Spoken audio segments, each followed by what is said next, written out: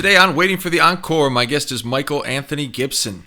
Gibson, as he prefers to be called, is a true Swiss Army knife who can do a little of everything. Not only has he played different instruments for some of Austin's coolest bands, but he's also a filmographer, producer, and sound engineer. He's an awesome guest, so please enjoy my conversation with Michael Anthony Gibson. Thank you for joining, my friend. How are you? Doing good. How you doing, man? I'm doing real good.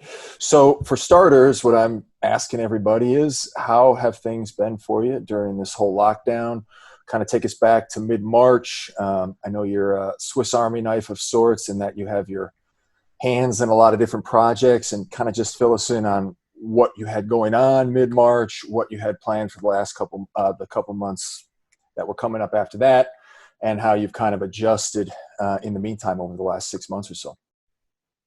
Well, I'm sure like everyone else, it just fucking sucks, mostly. Especially thinking about March, I was looking forward to a very packed schedule, both work and playing shows during South by. And when that canceled, that was a pretty big blow to how I saw things going. And that definitely changed my perspective on things. Like, this is much more serious and permanent than we originally thought, right? Mm-hmm. But all in all, I'm very much a lucky person. Like some of my family members, like my mom, have caught it and got over it. Wow. But she was definitely like sick as a dog for a few weeks and had all kinds of crazy stuff. Like before she got sick, she had like 2 nights in a row of really bad nightmares. Whoa. And she was telling me she never has nightmares, but she knew something was wrong when that happened. But luckily, myself and my lady have been clean and clear, and I've been able to float along and get enough work. And definitely missing playing shows. That's probably the biggest thing. Missing rehearsals and playing shows and just playing music in general. That's probably the biggest negative for me. So overall, still in a good spot. Now, your mom, where's she at? Where's she located? She's in Florida. She's in Florida. Which I'm originally from.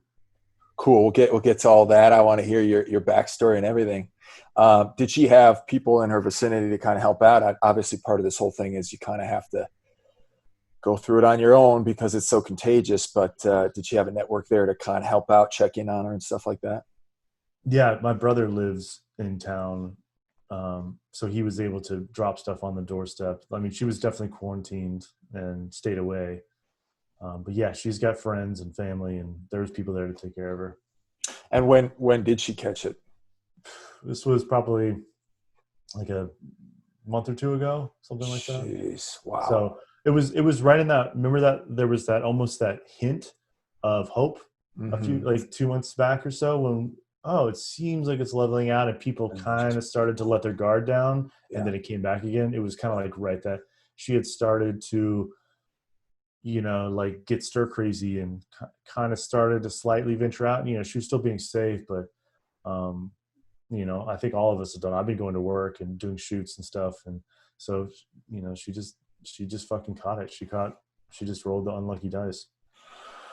It sucks. I'm glad to hear she got better. I kind of, knock on wood, I kind of feel like we might be heading into another one of those. Oh, you don't hear about it quite as much. The numbers aren't as in your face right now. And then with all these schools starting up again, I'm just hoping there's not a huge, I don't know if they're just not reporting on it as much because it's just the same story every day or what, but it's not slowing down really, but. Doesn't sound like until there's some new information. Yeah. I don't think there's anything new to report. It still sucks. Yeah. By the way, what's the news report going to be? Yeah, it's still happening. It still sucks. People are still dying. Exactly. Everything blows. Exactly. We've heard Wash that your hands, for wear 5 months, right?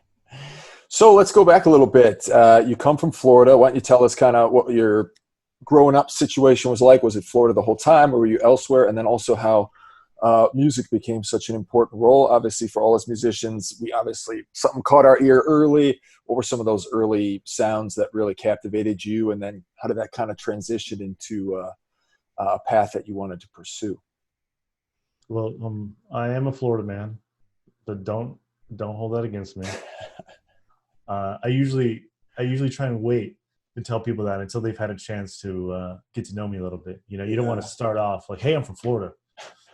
You know, then think you're some like Guess weird bath salts, RV, meth head, crazy dude. You that's know, all. like I've got a bunch of alligators at my house or something. And where in Florida?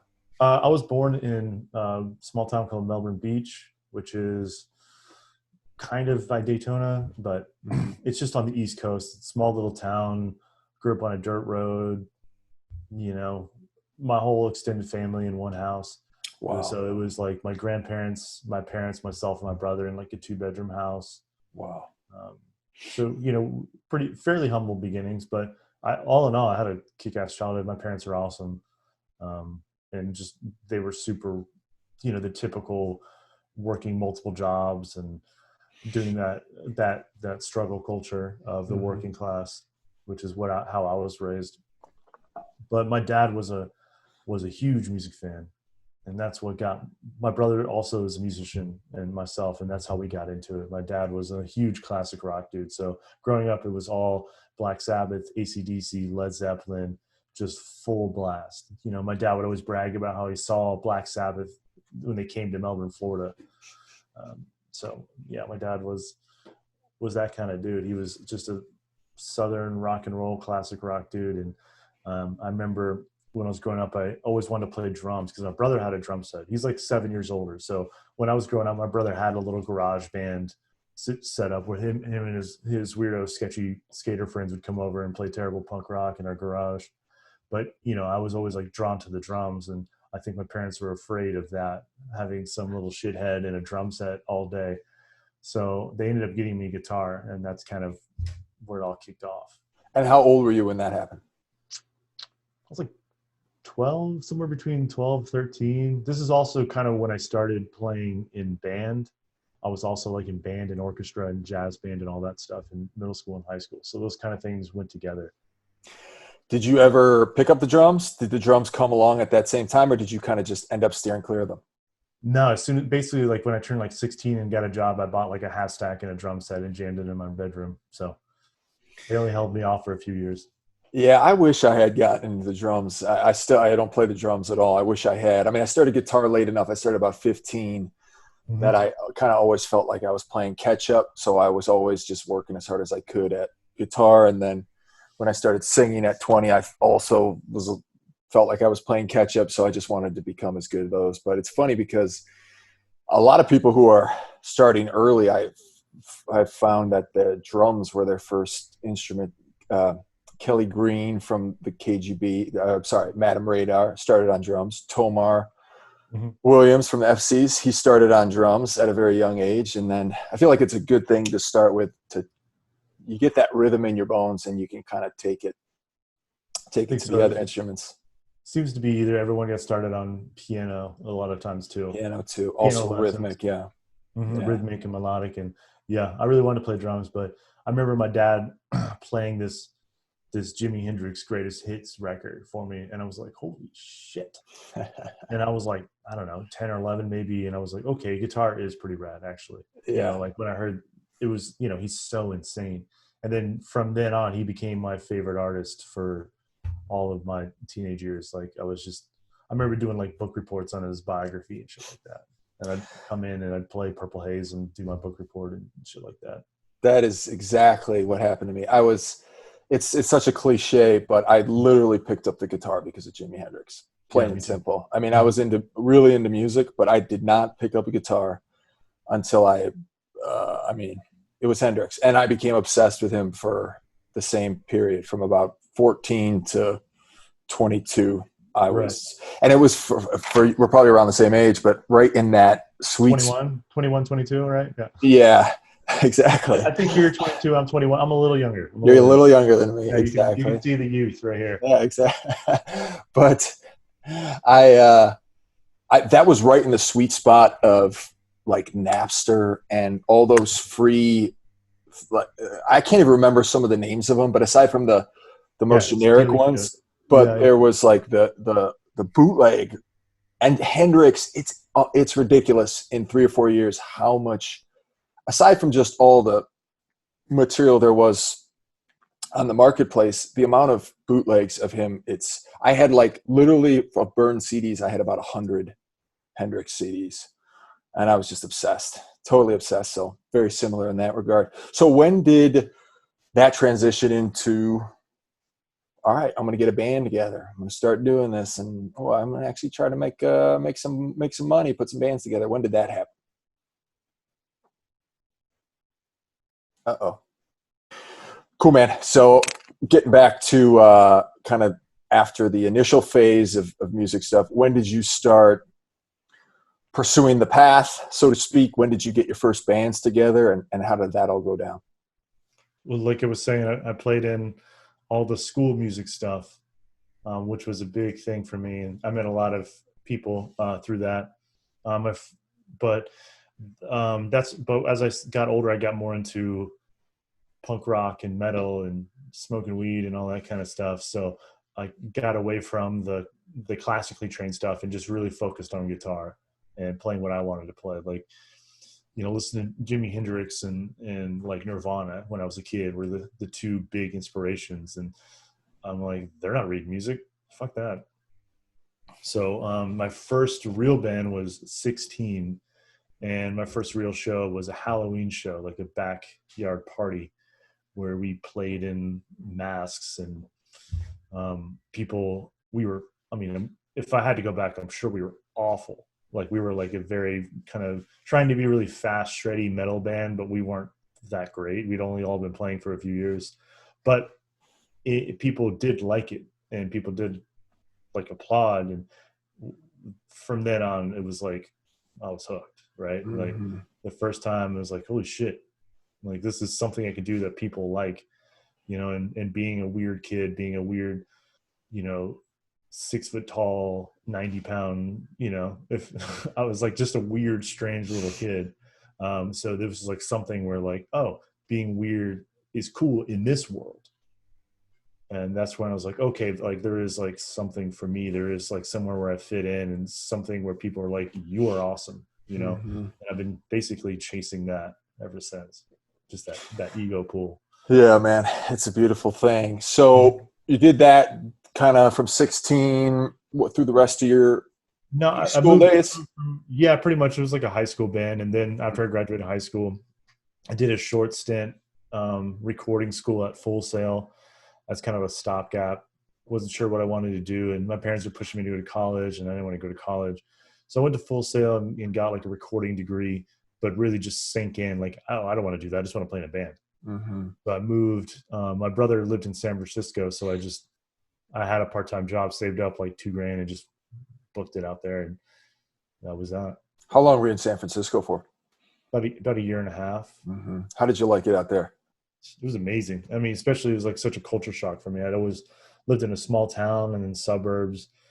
In Florida, there wasn't really a lot going on, culture wise, or no one was really moving there to do anything cool. It was very, to me, very kind of stagnant, artistic wise, right? It was Disney World and chain restaurants and not a lot of like music scene. But then when I moved to San Francisco, I started really diving in. I was like, oh, there's Amoeba, there's all these music venues and dive bars. And I was like 19, and my brother was sneaking me into bars and shows and stuff. And I really started to get a sense of like DIY scenes and punk scenes, indie scenes, like how there's like this whole underground world that when you're in either you're in it or you're not. And that was hugely eye opening for me, and definitely like changed my path. I've been through San Fran just on tours, half a dozen times, and it's beautiful there. And I always love playing shows, but never spent any extended time there. And I know over the last 5, 6 years, it's really kind of, you don't quite see this when you're visiting. You see a little bit of it, but it's really kind of regressed into some sort of overly progressive apocalypse of insanely rich people and insanely poor people. And was that kind of the vibe then, or was it really kind of, was it more of a really just a great place to be? I mean, to me, it felt like a pretty magical time. This was like early 2000s, like Mm-hmm. 2003 or something like that. Um, so I'm sure the Silicon Valley thing was happening, Um, but for me, like It was just such a culture shock for you. it Probably was didn't just a even cool notice. fucking Yeah, place. Like, yeah. my brother knew a lot of people, so I was able to like get a little room thing for like $600 a month, and his girlfriend worked at a restaurant, so I got like a little part-time job, and I just kind of started hustling and figuring it out. So, I mean, when I look back on it, I just think of like it was all new experiences for me. It was like the first time I'd lived somewhere that was like more than just a generic American city, right? Like it was like it's a very much an international city. Yeah, You know, Little Italy. There's Chinatown. People have an international mindset there.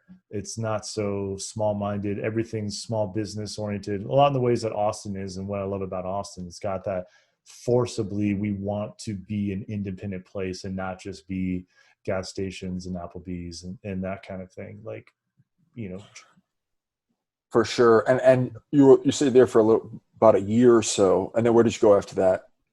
I made the disastrous decision to go to LA. I had a couple friends, musician friends who lived there, and like, hey, you should just move down here. We'll start a band. And you know some people, and that lasted about 2 months. And what was disastrous about it?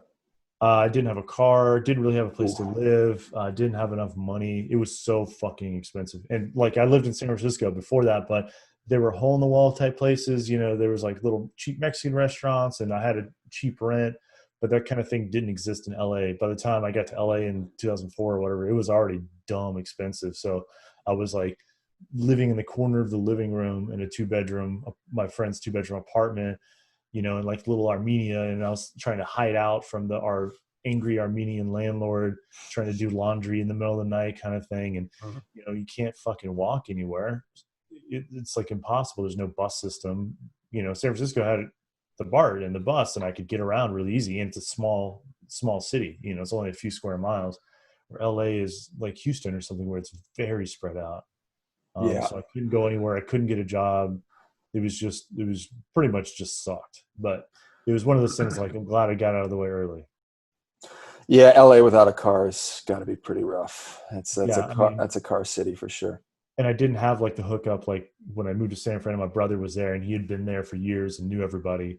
My friends had just kind of moved there pretty recently, so I didn't really have any sort of foundation or anyone to help me out or anything like that. And it just wasn't for me. Hmm. I didn't feel it felt like being back in Orlando. It just didn't click for me. And then, so where did you head after that? Ran out of money, moved home for a little bit, and then I moved to Austin.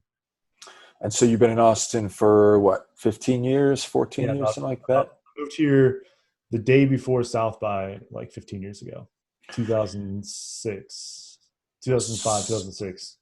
So based on, I came about right at the beginning of 2011. So I've been here for about 10 years. Mhm. And from my perspective, when I came, I know Austin had a real nice, obviously in the last 4 years, it's been just nonstop. So it's kind of maybe hit a plateau of sorts, but I know it had a real nice build, and it probably had a few glory pockets in there. But I always felt fortunate about when I moved here, because I mean, it was known as one of the best cities, the fastest growing, the coolest cities, but it hadn't hit that super corporate level yet.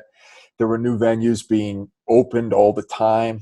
Mhm. So my estimation is that you were even a little bit more in a prime time spot of that, because it definitely had some of that old time Austin charm, which was growing into this, the early stages of a metropolis of sorts. Just kind of a real cool time to move here. Is that a pretty good summation, or was it?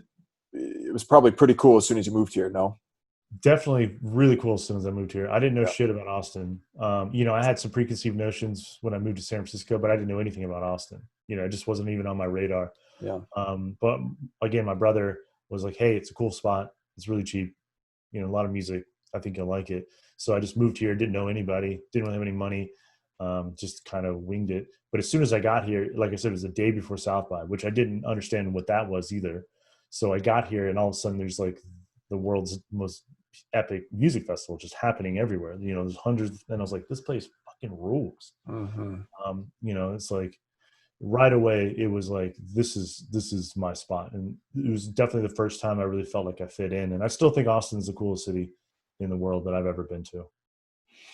Yeah, it's a great spot, no doubt about it. And I'll get back to kind of Austin and the nature of the city as it Yeah. sits I now. only have, my personal experience, and it's changed a lot, and it's definitely a lot more expensive, and it definitely seemed like a sleepier small town when I was here. There wasn't half the stuff. You look at the east side and it's completely transformed. Hmm. That was, people when I lived here, people wouldn't deliver to the east side. Like I lived there, and you couldn't get like Jimmy John's to deliver to the east side at 35 kind of thing. Hmm. Um, so it's definitely changed in that respect. But there's still people opening up music venues. It's just harder now.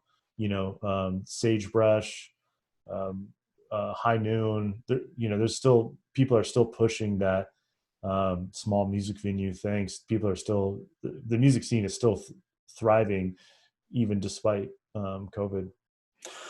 Yeah, I definitely want to dig into that a little bit, but let's kind of round out your trip from baby to present day. So you got here, you loved it, and I imagine you've been in more projects than I know, and I know you've been in Blind Pets, Not in the Face. Obviously, you're in Harvest Thieves as we speak. I'm actually talking to Corey in a couple days, Cool. and He's way more entertaining than I am. and you've got your newest project Deals, which we can get into in a bit too. But what were some of your early projects? How early did those like Blind Pets and Not in the Face come along? Pretty much right away. Like right away, I started meeting people at the festival and getting odd jobs, like working at different hotels and music venues. I just started meeting people. I started one of the first bands I played in was called The Dirty Sound. I think it was one of the first projects. It was just it was Mike from Mike and the Moon Pies was in it. My buddy Andy Anderson, who was in another band with me called White Rhino, a bunch of dudes. It was like this kind of cowpunk thing, just loud and kind of southern rock thing. And we would bill ourselves as like the drunkest band in Austin, and we were just more of an experience than a good band. But we had a blast, and that was kind of playing places like Beerland and getting into other venues was kind of how I got my start in that kind of local music scene. But that was like pretty much right away, like just pretty much as soon as I landed, I was meeting people and hey, I play guitar. Cool, come on. We're practicing. What uh what were some of the other projects that came along after that one? I was playing with a bunch of my different friends here and there, but I started my own band called White Rhino, which was like a kind of like a Motorhead rip-off metal band thing. We were just really obsessed with like Motorhead and the Sword and that kind of thing. So we just wanted to play in a band like that. So that was like my project where I sang and played guitar, and we were like a power trio. And that was the first thing that started to pick up. And then, like we played emos, we played Mohawk. We were like, holy shit. Like these are like the venues we worshipped, Hmm. especially, when emos was right there on 6th and Red River.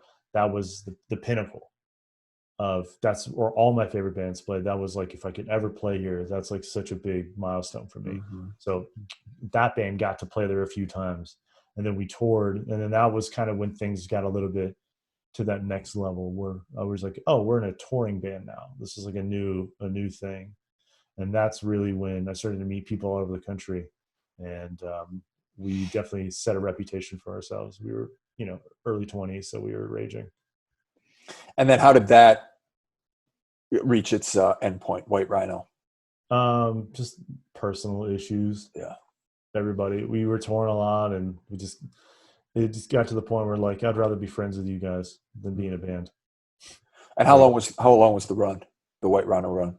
a few years, we put out like a record and a half kind of thing, maybe like 3 4 years at the most. It kind of tailed off at the end a little bit, but we did all kinds of cool shit. We played festivals and touring and opened up for cool bands, and it definitely like introduced me to the music scene. I think that's when I became sort of an entity around, and then people knew that I didn't suck.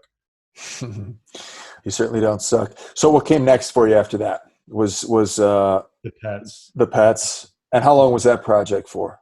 Or were um you involved with it? I played in that band for about 6 years or so, and that was the first band I ever played drums in. Mm. So I played drums, but this was like I basically learned how to really play drums to play in that band. Josh Logan, the singer, had his band Blind Pets had played with White Rhino a bunch of times. We were both like in that like heavy scene, heavy rock scene, so we knew each other and we got along and we were homies. And one day he just called me up. He's like, "Hey, I need a drummer. Do you think you could figure that out?" And we just did. You know, he had a rehearsal space on the east side in a storage like a storage place. You know that place on like East 4th and Springdale? It's literally like a concrete box. And we spent all day, every day in there just sweating our ass off and rocking and rolling. And then we started playing around town and picked up, did a couple records, toured a bunch, played with a bunch of cool bands. Yeah, I remember doing a few practices back in the day in a storage space with metal freaking walls. That was harsh, man. That was not the best. I don't know if your storage space had the metal walls, but when you're playing rock and roll in a metal That room, sounds terrible. it's not good. Ours was like a concrete box, probably like the size Uh, of a room or something. And it yeah, had like a window unit in the door, but I mean it's 100 fucking degrees every day. Or, you know, in the winter it was 30 or 40. So I mean, thinking back, we just dealt with it. No one ever bitched or complained. Like thinking back, like I was never like, oh, this is terrible. I was like, this is awesome. hmm You know, like nowadays I bitch because I'm old and grumpy, but you know, when you're 25, you're just like, cool, rock and roll, let's do it. You know, oh, you have a storage space? Cool. Let's do it. yeah, for sure. I certainly was game to do it, but as soon as something else came along, I was all about getting out, getting out of one of those. I think it's one of those most common companies of storage spaces that you see all over the place. I don't remember which one, maybe Public Storage, but Oh, you it guys were was at gnarly. like a Yeah, legit storage space. Ours yeah. was like a 1 story old school Okay. concrete thing built probably in like the 50s or 60s. It's probably moldy as shit and all kinds of terrible stuff. But I remember, yeah, eventually we upgraded to something that was indoors and we thought we were so bougie. We're like, Yeah. whoa, we are really classing it up. This place has AC, the door locks. Like, what the hell? hmm We thought we were the shit when that happened. Yeah. It's always. I've had some really gnarly storage. I mean, practice spaces, and I've had some really bougie ones, and I'll take the bougie ones, but the other ones serve their purpose too. So I'd certainly like to hear a little bit about the other projects you have been in, but kind of as a exploration into the arc of a band, because you've been in subsequent successful bands, so to speak. You know, I mean, as somebody who's in the business, success is measured in different ways. But if you get a band together, you record original music, you tour, you make some money, and you have a great time, that's a successful band. That's a successful project. And then Mhm. obviously it hits a point where either because of personal reasons, as you mentioned, or because of glass ceilings, plateaus, what have you, things just stop for that project. They end, so to speak, or what have you, or dissolve or go into a different direction. But as someone who's been in what must be close to about half a dozen or more successful projects that have an arc, the rock and roll arc, or music, independent music arc, do you have any thoughts on what makes that arc special, and especially now that you have a project of your own, Mhm. deals with new material coming out, which I want to get into as well. How do you approach a project now? Is it just, obviously I know you're in bands where you play a side, for lack of a better term, a side person or a member of the band, and then you have a project that you lead. Now, I've always been someone that kind of leads a project. For whatever reason, narcissism, what have you, I've just never been geared towards a side person role, which I almost lament to a point. I wish I could be more of a side person at times. But anyway, getting to the point, how do you approach your projects now that you're kind of a little older, a little wiser, a little longer in the tooth? Are you still going for the rock and roll dream? Are you just approaching a project like, all right, just going to put out some music, let's put it out, let's see what happens, then let's tour, and kind of comment on how you approach your projects, both as a side person and as a lead person now? Nowadays, it's just about playing. Mm-hmm. You know, it's just like recognizing your addiction and mitigating it. Mm-hmm. You know? Back in the day, I definitely had all kinds of expectations. I was incredibly naive, and every project I started or played in, it was balls to the wall. We're going to be the biggest, craziest, gnarliest, loudest, the most everything type of band, and that's how we approached those early projects. Every show was blood on the drum set, and like jumping in the crowd, and if you had an injury, it was like a mark of a successful show. Right. It was constantly broken, and all the gear was duct taped together. It was definitely like that mentality of playing, like, and I don't know why we did it that way, but that was just kind of what I grew up on. Jimi Hendrix burning his guitar, and Nirvana smashing their shit. That was my childhood, and that's what I saw as cool. So that's what I wanted to do. I wanted to have that iconic, like those shows where people are like, when you go see a show and you talk about the show, it's not always about the music. It's kind of like the experience that you're talking about. Like, dude, when he jumped on the rafters and he swung into the crowd and he broke this dude's arm, like those are the kind of stories we were trying to make in the early days, for sure. And so it was like kind of all or nothing. But nowadays, and that's all I want to do. I didn't have any other. I just had complete blinders. I play in a band. That's my entire identity. That's all I wanted to do. That's all I care about. Everything else, relationships, jobs, money, didn't give a shit about that.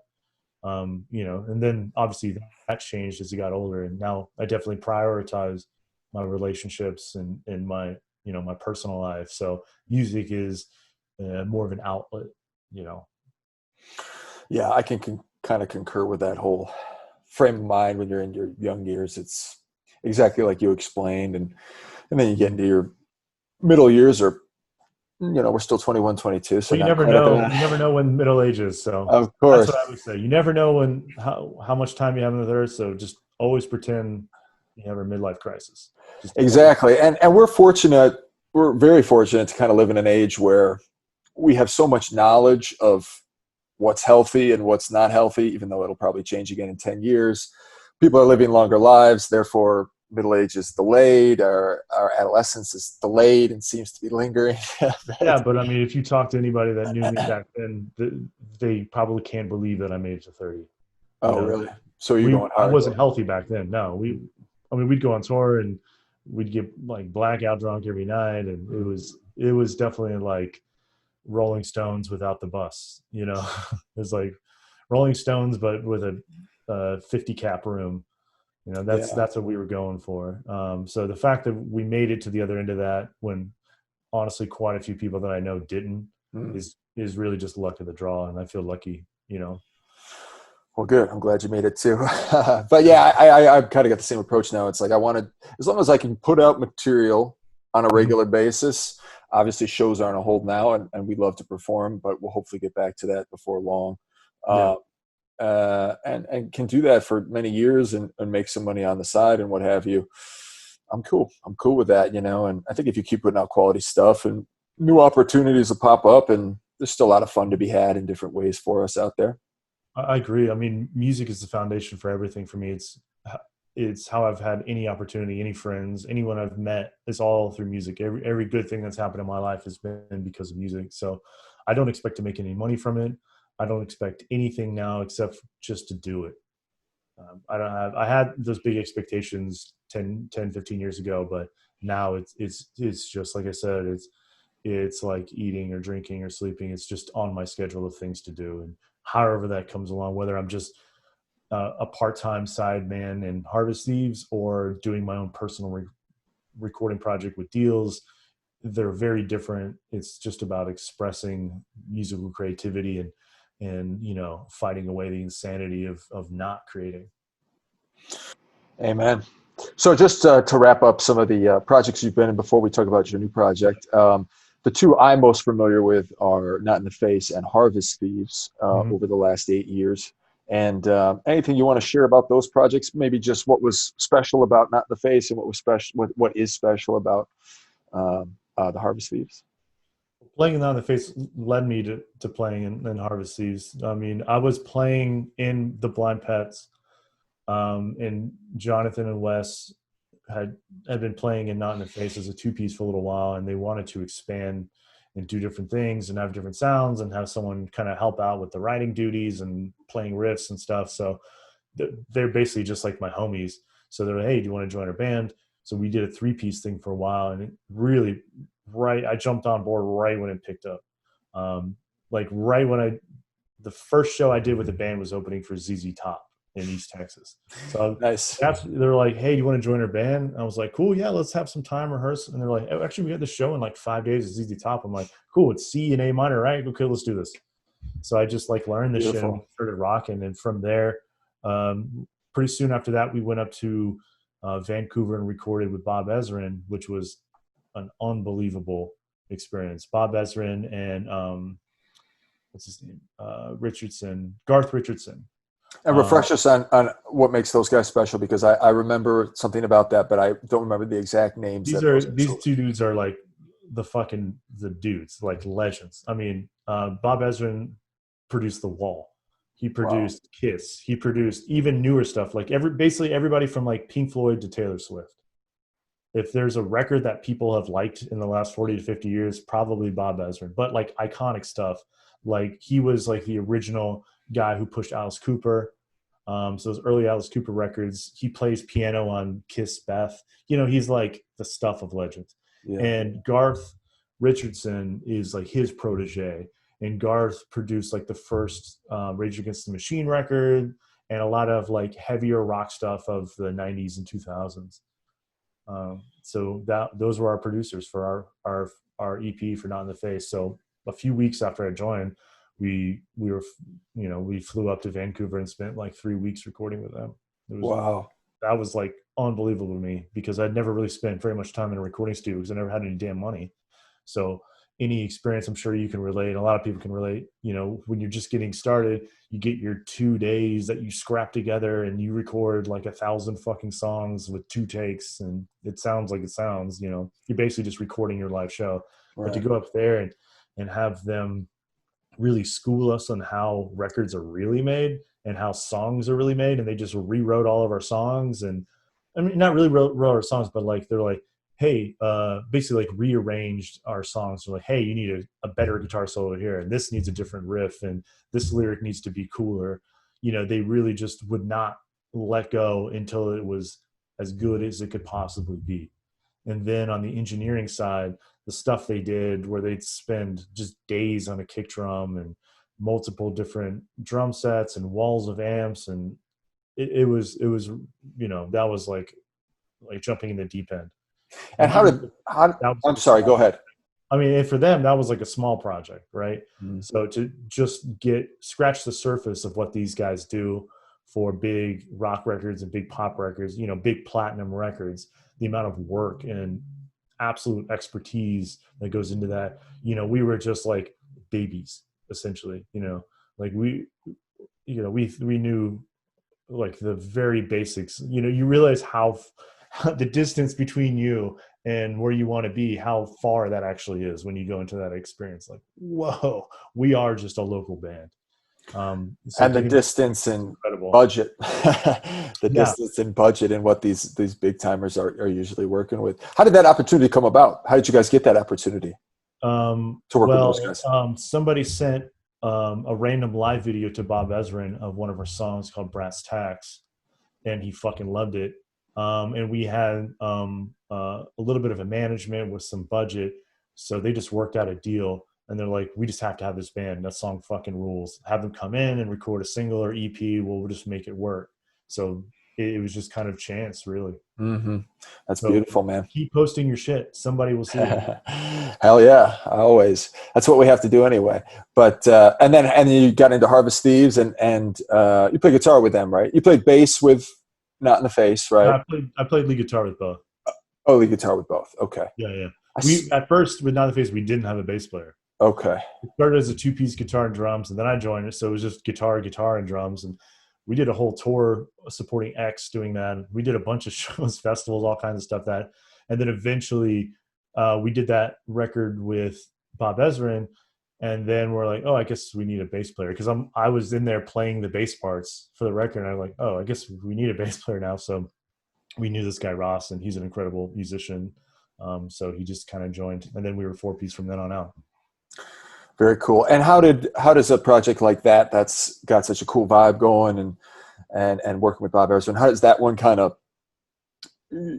meet its kind of its end? Because you guys all got along well, you had a great sound. Was it just one of those things like the other projects? It's just kind of time to do some new stuff. No, that was simple. The singer put out a solo record, and does That that was now. that. Yeah, That's that. he's Okay. like, I'm going back to my country roots. Uh, And I was like, all right, like I'm not going to get in the way of somebody's creativity.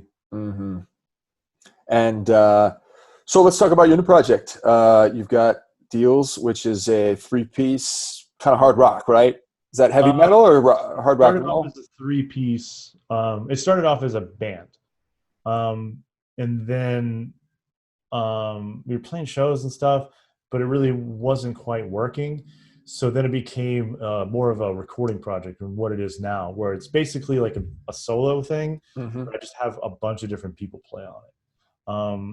Jonas Wilson, a good friend and the guy who produced and engineered, and I'm now on his label with Deals. He kind of led me in that direction. I was having problem with the drummer and bass player, as everybody who's ever been in a band. It's super hard to just get people to show up. And he's like, why even deal with that shit? He's like, we know a ton of incredible musicians. Let's just turn it into a recording project. I didn't really have time to tour or anything. So I was like, that actually sounds great. So we really just opened it up to get away from a traditional power trio rock and roll thing that I've been doing. And now it's opened up into just whatever I want it to be. Just rock stuff, psychedelic, kind of gothy stuff, and Jonas is playing all kinds of synth and electronics and doing all kinds of overdubs and weird stuff. So it's definitely elevated into just an interesting recording project, which I'm really excited about, and becoming more of just a visual and aesthetic thing as opposed to a traditional rock band. Well, it's a good time for that kind of project Yeah. because that's all our world is right now, brother. So it's Mhm. good that that's coming at the right time. And then Yeah. maybe, if the reception's good, if you have things start opening up again, then maybe would you be looking to put some people in place where you can start performing it live at that point, or is it always just going to be a I mean, recording? playing a live show would be the goal, but like I said, I have zero expectations other than just producing music and making it and putting it out there and doing the best possible shit that I could do. I really like where we're at now, where there's none of those traditional uh, confines of having set personnel and playing shows and building your way up through the DIY scene or whatever. It's really just becoming a creative aesthetic thing that I'm going to kind of match up my skills of playing guitar solos and making videos. So it's becoming more of like more of like something like the Gorillas or something, where Mhm. it can have different personality, it can have different kind of sounds, and you're not really attached to who's in the band. It's just Deals. Do you like Deals? Do you not like Deals? That's really what I'm interested in pushing for, is like people listening to the record and people watching the videos and getting really into that, as opposed to getting obsessed with a lead singer or personality type thing. The personality is definitely in the background. That's very cool. Yeah, I've been able to, through this lockdown, kind of indulge and refine my craft within the marketing perspective, Mhm. and just absorbing and watching like hundreds and hundreds of videos, tutorials, and just how people define themselves and brand themselves. And, there really are the rules now, and the kind of speaking to what you're talking about, the classic sense of what rock and roll is, or a rock star, that always has allure. And if you're one of those natural people who's just like, you know, uh, uh, uh, super ripped and just like loves drugs and is also a kick-ass player, that's probably going to work for you. So, but you don't need to fall into any of these traditional things. I mean, it's all about creating your thing and then just finding a way to market that or get it out there. Or if you don't even want to market it, you don't have to. But it's a whole new, especially with this Corona now, it's a whole new paradigm. And you can really carve your own thing out of the internet and YouTube, and visual content is like everything. It's, it's literally everything right now because people have the time. They can't go out like they used to. So I wish you luck in that endeavor. I know you'll be successful with it because you're a great musician and you're visually competent in many ways. And I just wanted to touch on that a little bit because you mentioned how you just started playing drums with a band. And I believe when we worked together, you kind of mentioned you just started making movies. And now I know you do that quite a bit. You make music videos and you make commercials and you make all kinds of stuff. And when did the video aspect kind of come into play and your passion for that and your proficiency at that? When did that come together? That was all through music. I Mm-hmm. needed my old band White Rhino. We wanted a music video, didn't have any money, so I was just like, I'll figure it out. Right. And I figured it out and made a music video for our band that was pretty terrible, but pretty cool in its own right. And then a couple of my friends' bands were like, "Hey, can you make a video for me?" And they paid me a couple $100. I was like, "Holy shit, people are paying me for this!" So basically, that's how it started. I started doing a couple of music videos for Black Pistol Fire and Residual Kid and just other homies bands. And then that's really where it started. And I just kind of learned by doing, and it got really um, into the crew. And I started, I had my sound background. I was running sound at clubs and stuff and had that background. So I started getting into production crews, as a boom op, doing sound stuff. And then it kind of moved into editing. And really when I got into editing is where I found my place. Um, you know, just something about it, like I already knew recording programs because I'd grown up using Pro Tools and Cubase and recording stuff. So I kind of had that muscle memory of using software and knowing signal flow and basic stuff like that. So once I started getting the experience of the film world, and editing, it really just took over. And since then, I've been directing and producing and started my own production company. And that's pretty much my full-time shit now. And now I'm more and more combining the music and the film production together and doing live sets and doing like music trailer, album promos, and every kind of thing. As well as like corporate stuff and commercial stuff. That's beautiful, man. You've got and that's your main thing, right? Your main source of income, your production company is what you're Yeah. paying the bills with, right? Yeah, the last Beautiful. 5 or 6 years I've made pretty much 100% of all my money through production, through film production, either working crew on other people's, doing post production, or with my own clients through my production company. Good for you, brother. That's very exciting. Yeah, I've got a few years experience editing and videos and doing stuff like that. I started young and I was doing stuff in high school and then took a long break for it. But you don't really lose those chops just in terms of, and especially as a musician, you have a sense of timing. Pacing and Timing is timing, so, yeah, that's where really it came together in editing, is when I started to understand that I had a really good sense of pacing and timing. And then once I kind of figured out all the other things, those are some of the hard things to teach, or things you can't teach, right. right? Like those natural innate rhythmic things that have really served me well. And I've found since then the musician editor is like one of those cliche things. Just like the guitarist moving to Austin and playing the band, like the guy who was a musician and then got into editing is, it's like a someone wrote an article on it. There's like 4 types of editors, and one of those is the musician editor, right? Yeah, And that I sounds learned about right. it's just like a funny common thing. You don't even realize you're doing it, but you're like kind of treading down these well-worn paths. But it Yeah. served me really well. Yeah, that's when things really turned around in a different way for me. Seeing creativity as a way, as a living, because I didn't make a single penny playing in local bands or touring or anything like Hmm. that. That was just all or nothing, really. But when I got into film production, like it's got a lot of similarities to music, like small groups, a lot of camaraderie, that kind of shared creative struggle that we all go through, but you get paid day rates. So nobody's like working for free, very rarely, where you'll play a ton of shows for free. It's just a different world. Well, good for you, man. Yeah, I'm hoping to get into that game a little bit, and it's something I enjoy as well. And I think most of us enjoy movies and visual stimulation, and it's the future, it's the past, it's more relevant than ever. Um, and I'm looking forward to picking your brain a little bit after this. But so Mhm. just kind of a closing note, Gibson. I wanted to get your sense on more of a kind of both macro and micro level of the music community and the music industry. You're one of those guys, as I mentioned earlier, sort of Swiss Army knife. You have deep roots in one of the biggest music towns in the world, strong network of people. You know a lot of people. What has your, you've touched on little bits of this before, but what is your sense of the effect of the coronavirus as we stand right now and as we move forward? How is the, most people are saying, well, it's never going to be the same. Maybe you agree with that, maybe you don't.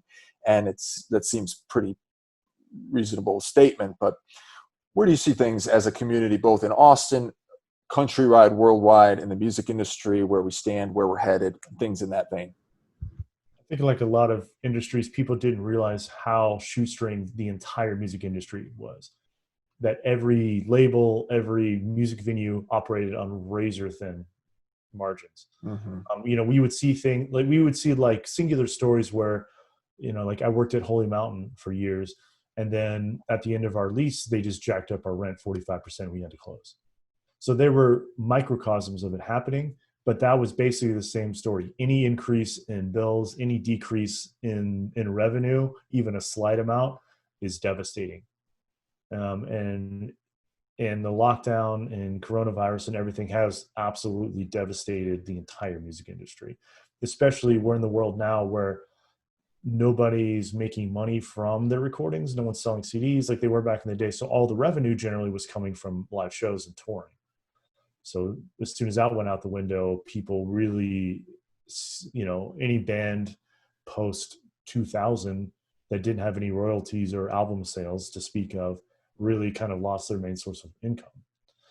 And even legacy bands, they would come out of the woodwork and do live shows because they needed cash, right? I mean, they wanted to play, but really a lot of times it's like, hey, royalties are kind of drying up. We Right. need to kind of go back out there and drum up business. We need to go play some shows. That's the way you make money. So that is a huge unfortunate thing. There's things out there like Save Our Stages, and other nonprofits like Black Fret, Mosaic. A lot of, we're lucky in Austin that we have a lot more infrastructure than a lot of cities, a lot more nonprofits focused on getting artists and musicians paid and trying to keep it alive. But yeah, it just in short, it sucks. It sucks huge. And Where do you see it going? Where do we go from here? Because obviously, it's changed.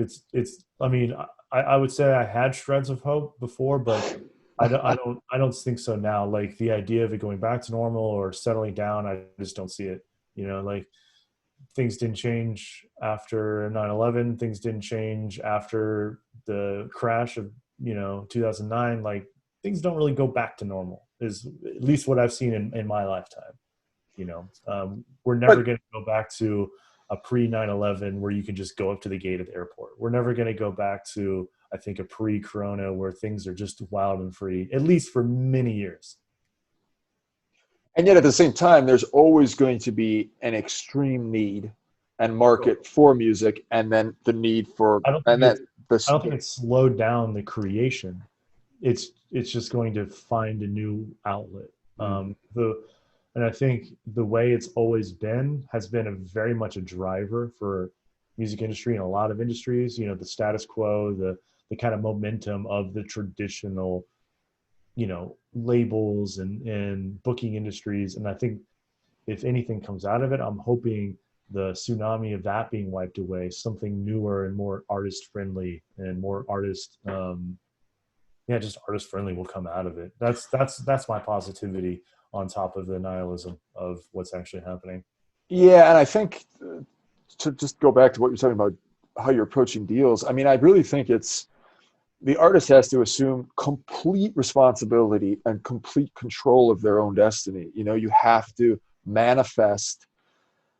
Obviously, you've always had to, well, most of us manifest your own material. You have to write your material. You have to find a way, and then of course, it became more easy for people to record on an independent level, and so you had to manifest your own, recordings and your own artwork. And I think it's just becoming more. You have to take control of every aspect of your career and you have to, if you want to make money at it or you want to do what you want to do at it, you have to take the reins of every single thing. And the way that's the light that I've seen, not in terms of positive light, but in terms of light bulb, is the YouTube, revolution. I mean, I've heard it compared to the printing press and its importance, and that's what I've kind of centered my focus on, because I've always been put music out, make money playing, touring, and I've made some money doing it. But it was never a lot of money. It was a supplemental income that was solid, but it was never going to be a money I could put a down payment on or what have you. So I almost welcome the kind of this new, like, all right, now that's where I'm focusing my energy, is YouTube and things of that nature, and just I just think people have to take total responsibility. If you want to be successful, you want a project, well, you got to write the music, and you got to record it, and you got to brand it, and you got to sell it, and then you got to develop your online presence like a motherfucker, and all that shit. So,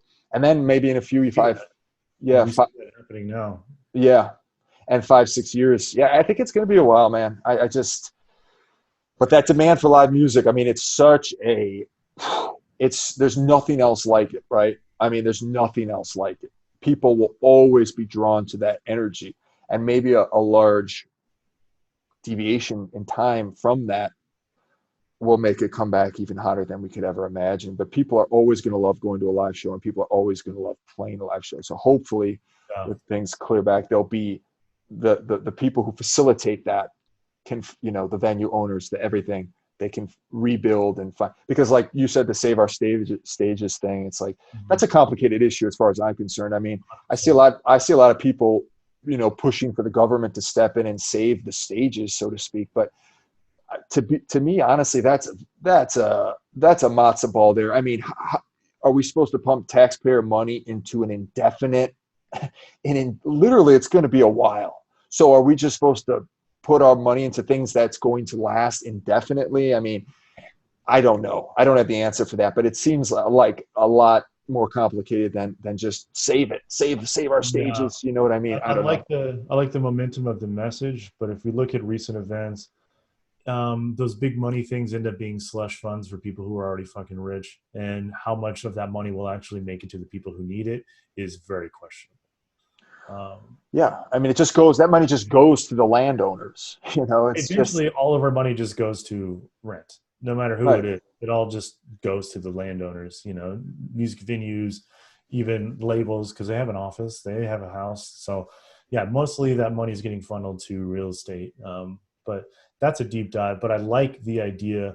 And then again, in Austin, we have more of a demand to keep it. So we have like places like Mosaic and Black Fred and other organizations, CAM, SIMS, that provide healthcare for musicians, that try and provide opportunities and support, because we all understand that it's not always a very profitable business, if at all. But if you can keep it alive, then your next favorite band will hopefully come out of that. And I think that's what people see as a good return on investment. And I hope they continue to see as a good return on investment. Yeah, I definitely appreciate the spirit of things, for sure. And I think we are very fortunate to be in Austin. I don't know if there's another city in the world. There literally isn't. There isn't. No other city that does what we do. I mean, I would compare it to like symphony orchestras of cities. Like, they don't make any money, right? They're supported by the taxpayers, or supported by grants, like public television, that kind of thing. I think people are more starting to put music in that category, live music, independent music in that category. Like, nobody expects PBS to turn a huge profit. It's mostly like foundational and not nonprofits that operate, and we're happy to have it, right? The people that watch it. I like it. I like KUTX. I like PBS. I like that nerd shit. Right. And I think most metropolitan cities would be aghast to not have a symphony orchestra or anything like that. But those are kind of generally a lot of rich old fuckers who kind of want their independent, exclusive, rich old fucker kind of experience. And I think Austin is very much against that. That's one of my favorite things about Austin, is even the rich guys are into the t-shirt culture, the DIY culture. So to have those kind of organizations, operate and exist, especially Ham providing healthcare for musicians. Is like, that has saved my life so many times. That's so clutch for so many people, and that doesn't exist anywhere else. And if I had to guess, I would say local music, at least in Austin, is probably going to be more of that foundationally supported thing and less on expecting it to turn a profit in a traditional capitalism sense. Well said, my friend. Well, Gibson, I want to thank you for doing this with me, man. You're a super insightful, super experienced man, and and I look I hope that forward was to. entertaining at all. I hope. I look. We got that was beautiful. We got the deals coming out with a new album soon, and we look forward to hearing that. So, thank you very Yeah, much, man. October. Yeah, October. We're putting out a music video. It's coming out on Mr. Pink Records, which is Jonas Wilson's record label. It's got a bunch of great artists on his label, like Devin Ivey, Alta Mesa, Night Glitter, a bunch of cool Austin and Texas bands. So keep an eye out for Mr. Pink Records and deals. Definitely will, man. Good luck with all that, and I hope I'll bump into you soon, man. Thanks, man. All right, peace.